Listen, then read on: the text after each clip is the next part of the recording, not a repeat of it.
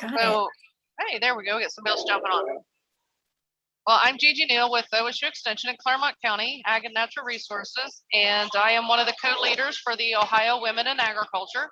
And today we are presenting our third session of our series of kitchen table conversations. And with us today is Elizabeth Hawkins, who is one of our agronomists in the College of Food, Agriculture, and Environmental Sciences through Extension. And she is going to be talking about on-farm research and what programs she has going on and how you can participate. And Elizabeth is coming to us from the Farm Science Review also, but she is sitting in the agronomy area in her Kubota to get out of the wind and to keep warm all at the same time. Yeah, if things go silent on this end, that's not a good sign. It's pretty breezy up here today. But I'm nice and cozy in the Kubota, so hopefully it's not too loud and things stay pretty safe here. But I'm excited to be sharing the lunch hour with you guys today. Like Gigi said, I'm one of the agronomists at Ohio State, and I came into this role with a limited agronomy background. I actually had my degrees in some other areas. And one of the things that, as I was starting to get agronomy questions and doing the research to try to answer them, I liked to take those questions and kind of turn them around because, every farm is different. And, what's going to work in one place might not work the same in other places. So I like to turn those questions around and say, hey, let's learn together and find out what's going to work on your farm. And on-farm research is something that, I've leaned really heavily on. I think it's a great experience, on both sides for me as a researcher to gain more local knowledge here in Ohio, but also I think the people that benefit the most from on-farm research are the farmers who are collaborating with us. And then, I'll talk about our program and some of the ways we share that results with others. But I think that the people involved are the ones that get the most benefit. So eFields, if you haven't heard of it before, is our on-farm research program here in Extension. So I want to share just a little bit about that, and then we'll dive into the discussion today. So eFields was started here at OSU back in 2017. Our ag educators had a strong history of doing on-farm research going back to the 90s. But a lot of times those projects were very focused, only conducted in one county in 1 year, and there wasn't a lot of data that was representative across the whole state. So we wanted to set out and provide some more consistency and guidance on-farm research so that we could just have more trials and more information available to folks. And so this was the mission of the program when we set out. But I think when we look at it, the most important thing is the partnership with farmers again. So we work with the farmers and extension folks to develop trial protocols that are specifically designed to answer those important questions that matter to farmers. What are the local needs? What are the local interests? What do you guys in the field need to know to get your job done and be profitable on your own farms? So over the years, we've had a lot of questions come to us. Our most popular since 2017 has been seeding rate, both on corn and soybean. We've learned a lot about that. We've started learning about how technology can help improve those decisions as well. And nutrients, as you can see here, are definitely another top one. But technology, soil health is something that's come on here in the last few years. We're willing, if there's a question that you need answered on your farm, to sit down and talk through that question and understand, how can we use on-farm research to answer that question? Conversations, that's one of my favorite projects to do, is sit down around a table and figure out how can we get to the bottom of a question that you've got that's going to make a difference. So this is just a quick look at the growth of our program over the last 4 years. We're pretty excited. You can see there we started out in a few counties, and now in 2020 we're almost halfway there. Fingers crossed in 2021 we're going to cross the half the counties in Ohio threshold.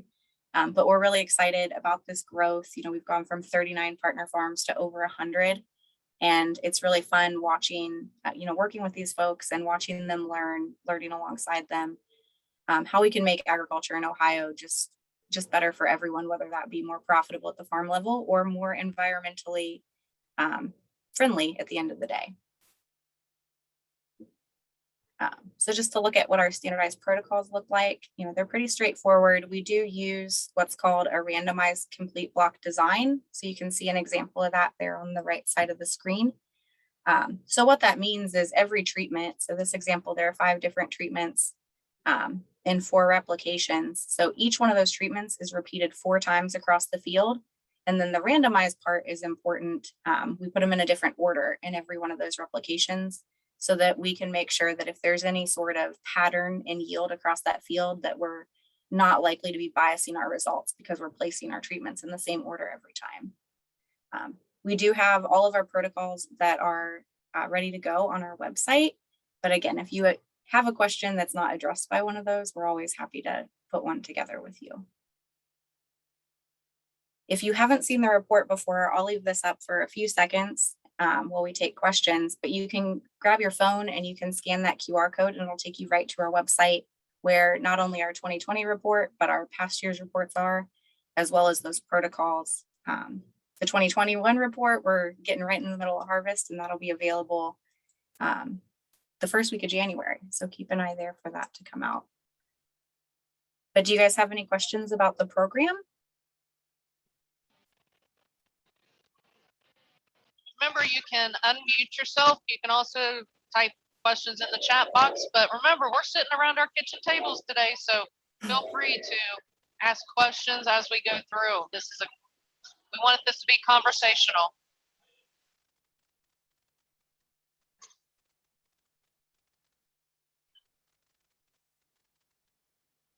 I'll ask a question to you, Elizabeth. Awesome. Do we have any female cooperators as part of our eFields? We do. We have 2 primary operators that participate in the eFields program. They're some of my favorite folks to work with because they're not afraid to ask questions. Sometimes guys let the pride get in the way, but I've learned the most working with these awesome ladies, and I think it's really empowering seeing them be the next generation that's running a farm and not being afraid to push dad and grandpa aside and say, hey, I'm going to do some on-farm research to understand what's going on out here. Maybe I jumped on a little late, but this is Elaine. What kind of data collection are the farmers responsible for? Are they responsible for all of the data collection, or do you guys handle all of it? Are you just using combine and planter data mostly for most of these things? That is an awesome question. The other question that I guess maybe I missed is, are you focusing like on grain crops, or do you do forage or specialty crops as well? 2 very awesome questions. So I'm going to answer the second question first. The majority of our trials are corn and soybean. We have had quite a few forage trials over the last few years as well. We have a new effort coming on board this year, which is eBarns, which is going to be research that's more focused on livestock producers in Ohio. So we probably are going to graduate some of these forage trials and try to do more pasture research that'll end up in that publication. Specialty crop is something that we've done a few in the past. We've done some work with hemp. Trying to think off the top of my head what else we've had in there. We're willing to help design protocols for those sorts of things as well. I'd love to in the future have a publication that's focused on specialty crops specifically though too. As far as data collection goes, we really try to share the load. So you're part of a team when you join the eFields program. Typically, locally, your main point of contact would be your county educator. So someone like Gigi, or there's one in nearly every county. We can get you in contact with that person if you don't already know them. We collect data. Yield is one of the primary ones, but we also collect a lot of information that you'll see in the report about the field history and the practices. And so we've got an Excel spreadsheet where the data goes when we collect it, but your county educator is going to work with you to collect that data. They'll type it into Excel for you. We do all the data analysis on the back end and provide the results back to you, so you don't have to worry about that either. Probably the biggest hurdle though is getting that yield data or that planting data if you're sharing planting data as well. It's always a struggle every fall getting those files in, but once you get those files sent to me, I will do the data cleaning and the analysis and get the results right back out to you. we try to make it as easy as possible. If there's any other kind of data collection, say like stand counts or sampling, us with Extension will take care of that for you. You're welcome to come out and hang out with us in the field and help if you'd like, but no obligation at all whatsoever.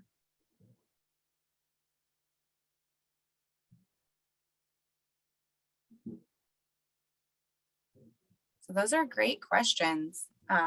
Next, I wanted to show a few tools and resources that we've got. Oh, no, I don't. Next, I had some questions for you guys. Sorry, my computer's about to fall off the dash here.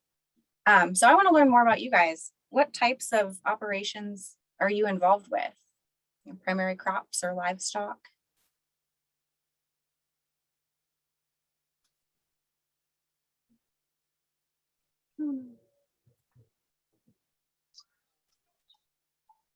Well, on my farm, I currently have 4-H crops and then also corn or soybeans, depending on the year. So agronomic crops.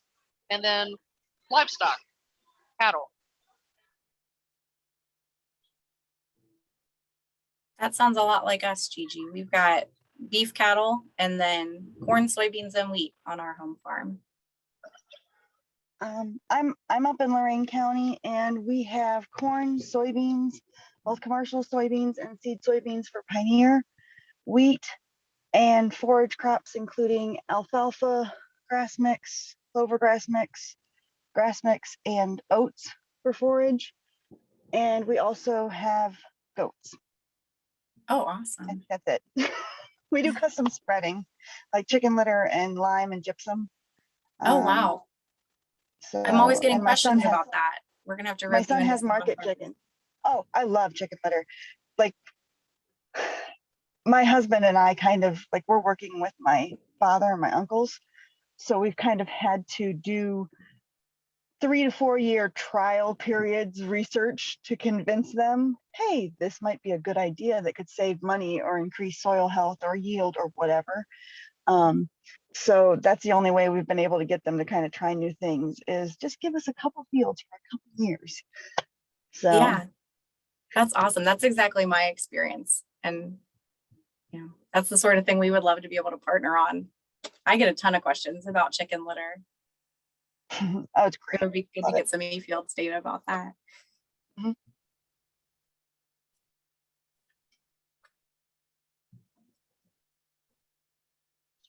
Kathy, what crops do you have or livestock?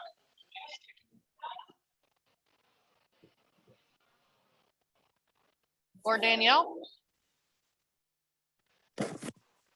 Hi, my name's Danielle. I don't have any crops or livestock, but I work for OSU Extension, and I just started a master's program in agricultural communication, education, and leadership. And so I'm trying to learn more. I'm mostly an FCS educator right now, but I'd like to move towards being an ag educator. And so I'm actually curious. I heard you, I think it was Elaine, applied gypsum. And I was curious what the benefits of that was.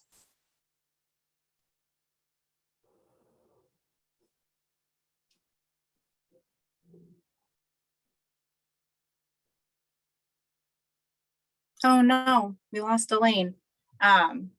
Gypsum is usually used as an alternative liming source. It also is a good source of sulfur, which is becoming a nutrient that is more on our radar. With the Clean Air Act, there's less sulfur deposition in our soybeans or in our soils. And so actually in the last few years, I've actually seen some sulfur deficient fields, which is something we haven't dealt with in the past. But gypsum is good for addressing that. Thank you. I'm sorry, I got cut off. Did you ask about gypsum? I did, You yeah. did, Elaine. Okay, we spread the gypsum and lime and chicken litter for our customers. They get the materials and we spread it. And we have some customers that prefer gypsum as opposed to lime for pH changes. We're in northern Ohio, Moraine County, so very clay-based soils that are naturally acidic. And the ones that have done the gypsum have preferred that because of, if I remember correctly, the sulfur that is also in that versus just straight limestone or lime. Thank you.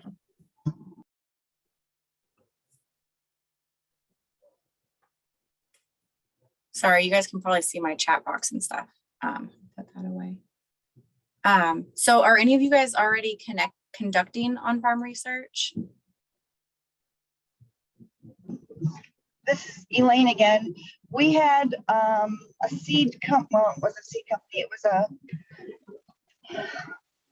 a sugar-based additive for fertilizer. They did a study, a one-year trial on our farm, and we had a master's student from OSU come out to do research because we have pipeline going through about a half a dozen of our fields, and they were doing research on the pipeline mitigation area versus other areas of the field. Other than that, it's been mostly non-formal. Like I said, trying to convince my uncles, and we work with Corteva to do variable rate seeding and variable rate nitrogen. So each year, our agronomist that works with us collects data and gives us like a year-end report as to how well the variable rate nitrogen or the variable rate seeding rates have worked towards our goals of increasing yields or saving money. That's fantastic. I think the informal is almost just as good as this kind of thing. The biggest benefit, I think, to being part of a program like eFields is, sharing the results with others. Having that community, I think, is nice too. Anybody else? Sorry. You're fine. It's hard not to interrupt on Zoom.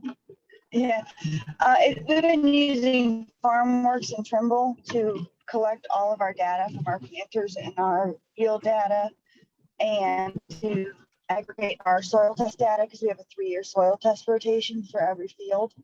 So it's not like formal, but you can see the changes over the course of 10 to 12 years on these fields in terms of soil organic matter and other soil health factors or yields. So I'd be interested sometimes to take all of the stuff that we have on 80 different fields for 10 years and see if there's actually anything statistically there, or if it's just what we think. If there's anything objectively there instead of just subjectively. Yeah, no, I know exactly what you mean. I think that's one of the coolest things here in recent years is how much technology has changed what we're able to do at the farm level. Having access to all that data is something that even 10 years ago we couldn't even dream of, right?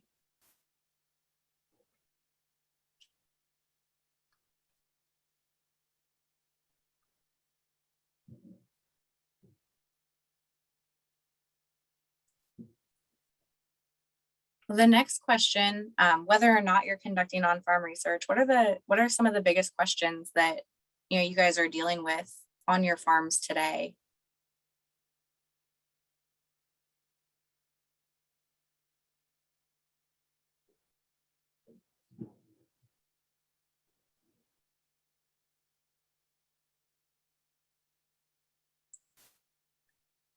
You guys are quiet on me.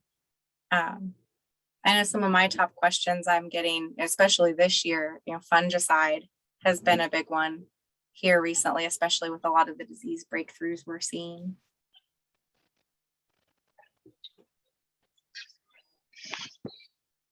Weed control. Oh yeah, that's always a big one too. This is Elaine again. I don't mean to be like talking a whole bunch, but this is really You're fine, Elaine. That's what we're here. We're having a conversation. I think for us, big questions revolve around profitability and ROI on technology or these changes that are being made. We're up in Lorain County. We're actually in 5 counties. So we have a variety of landlords and a variety of situations. And we have some that are looking to develop their land or they want more money because they see something. So can we actually, you know, get that return on investment or keep that field being profitable, and what kind of changes can we make? Also, since we're up on the lake, soil health and water quality management, retaining nutrients are always big things. And since we're in 5 different counties, so our equipment's moving a lot, that weed and disease control are big ones too, because in Ashland County, we might have more problems with one thing or a bug or a weed, and we don't want to be taking that back to our other fields in Lorain County or Medina County. Those are all really good questions. Anybody else?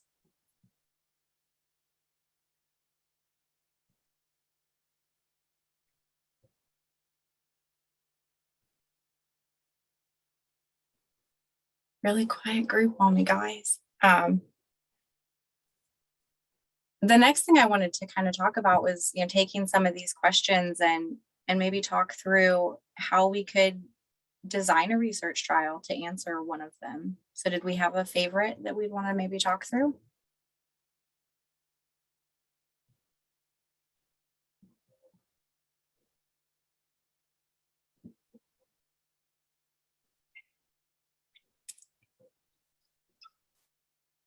What about those, the pressing questions?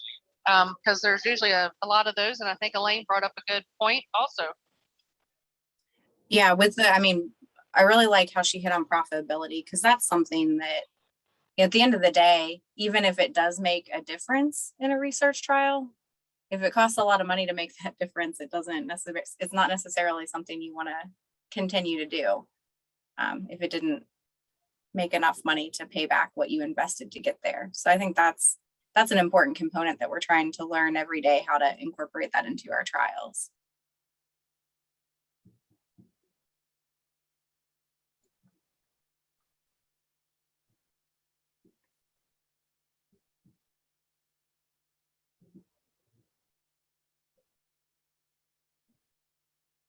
I think I only had, yeah. If we wanted to talk through maybe one of those examples, Elaine had a lot. Which one's your favorite, Elaine? For me, I'm coming very much from the business side, but my personal areas of interest probably focus around that water quality and soil health.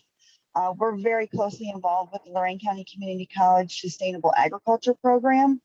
And so that we try to, I work for the college, but I don't work for that program. And so a lot of the discussions I have with people I work with focus around that soil health and nutrient management and water quality. But then I always try to make sure we're incorporating all 3 of those areas of sustainability with profitability and ecological sustainability and social sustainability. So my favorite thing so far has been seeing the impact that the chicken litter and the other fertilizer alternatives have had. The soil amendments, the spreading that we do, the lime or the gypsum or the chicken litter, the changes that they make on soil health and profitability for the farm. Yeah, so that's, I think, a really good one. So if we were wanting to look at whether or not applying that chicken litter was making a difference on our field, what sorts of things do you think we would want to measure? What would be interesting to you to know? And anybody can jump in. So far, what we've done, and I don't know if there's any polls, is we do take those 3-year soil sample tests. They are grid sampled in the same areas.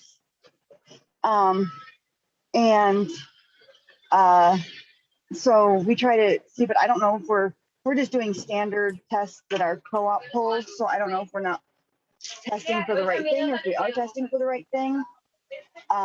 We look at our yields compared to other fields that we had fertilizer on.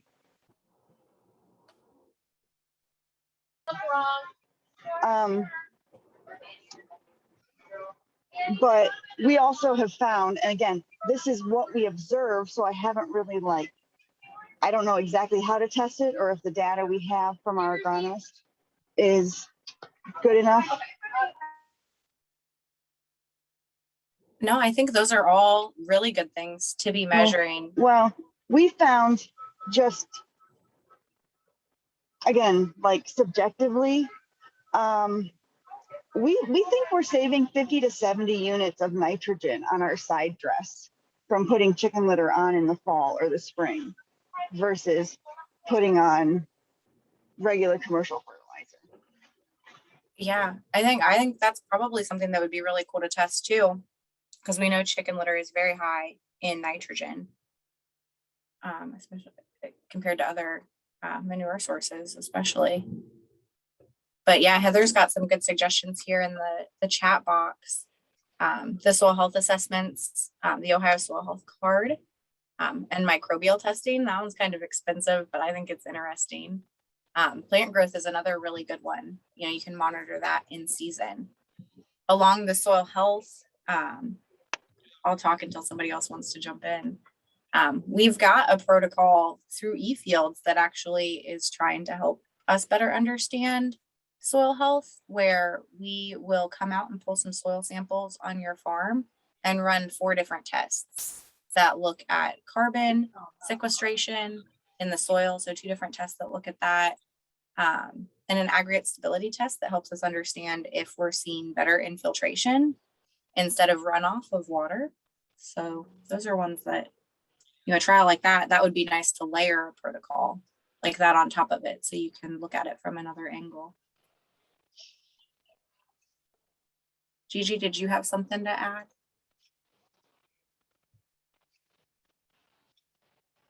No, I didn't. I was playing with my camera. Oh, I saw you were unmuted and I thought you had something. Oh, I think that anything that has to do with carbon sequestration or getting that kind of information could be very valuable, especially with the way all the carbon market stuff is coming up. That I don't know, last year I heard somebody call it like a wild, wild west.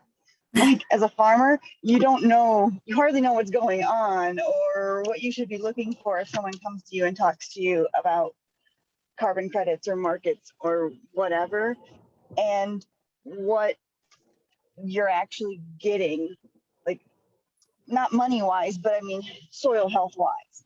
Like, is it actually doing what it's supposed to be doing? Does that make? Yeah, no, that makes a ton of sense. I think that's one of the biggest things. I've also heard it called the Wild Wild West, and it definitely feels like that to me too.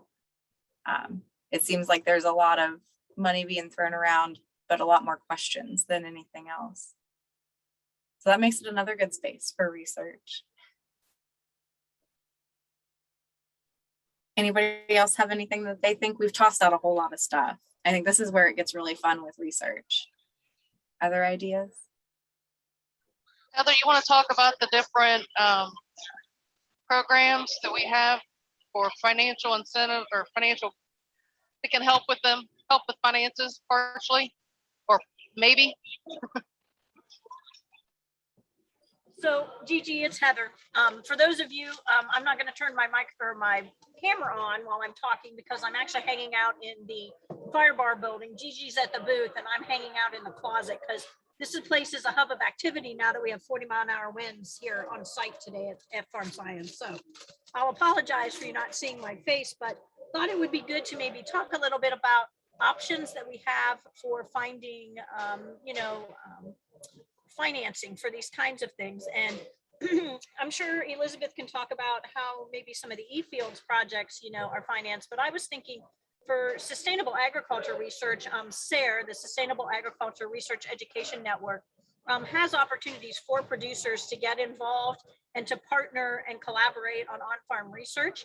And my suggestion is, let's make this easy, right? So we can easily turn that research, Elizabeth likes this, I'm sure, into an eFields project as we get different projects that come forward to look at some of these things. But, working with your local extension educator or a specialist or even a researcher, the SARE grants are a great opportunity, the farmer rancher grants, to put some things together that you're looking to learn about for that.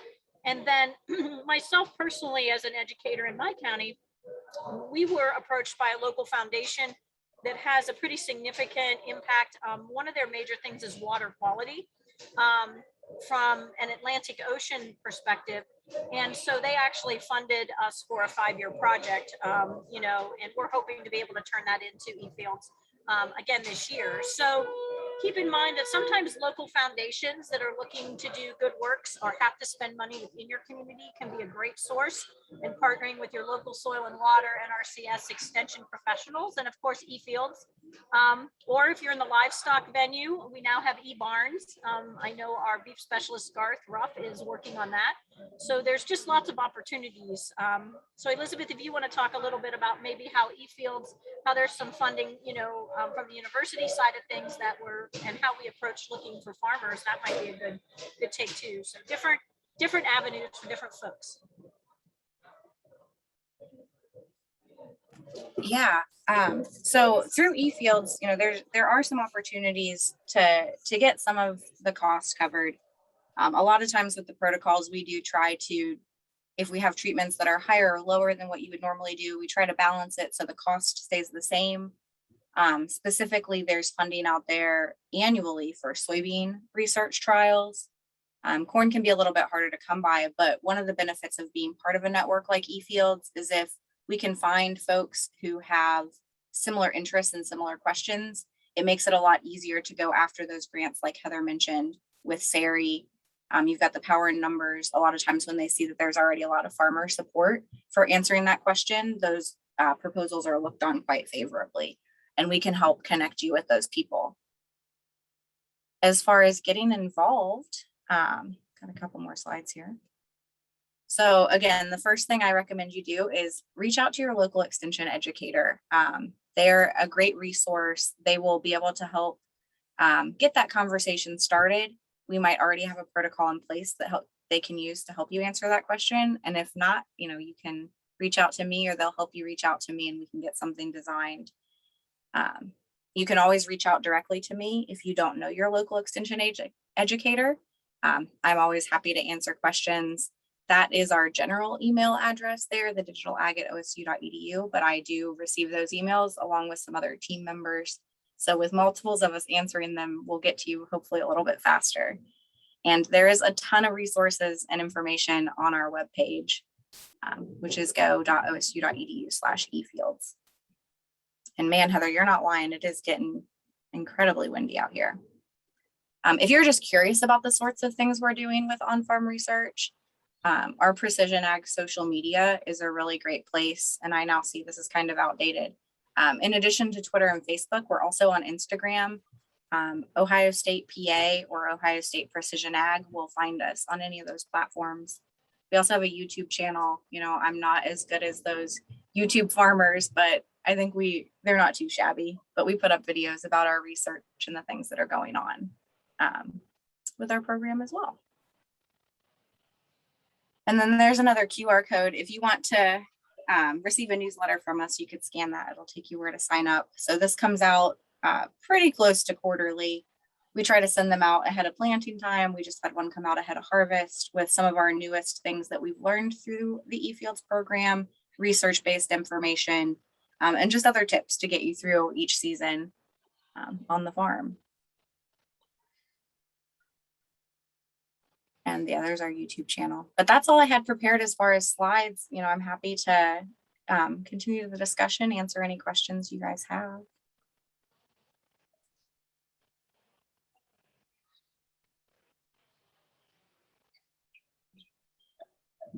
Any additional questions?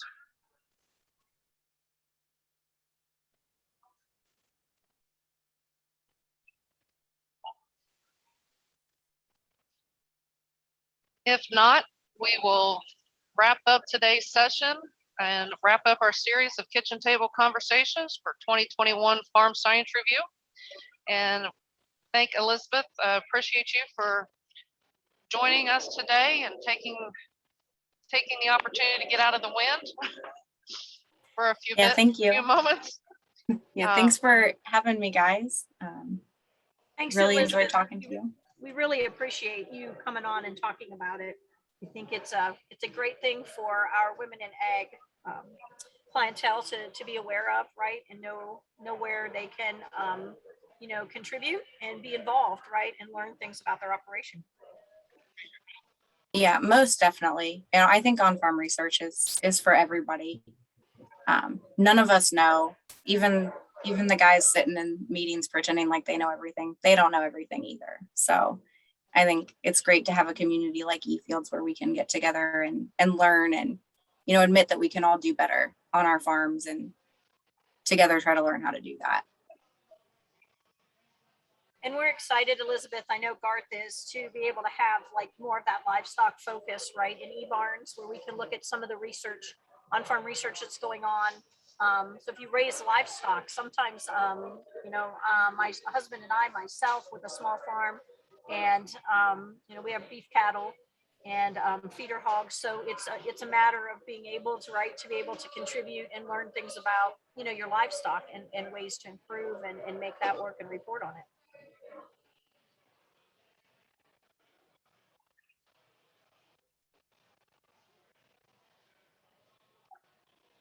Okay, so we will conclude today's session and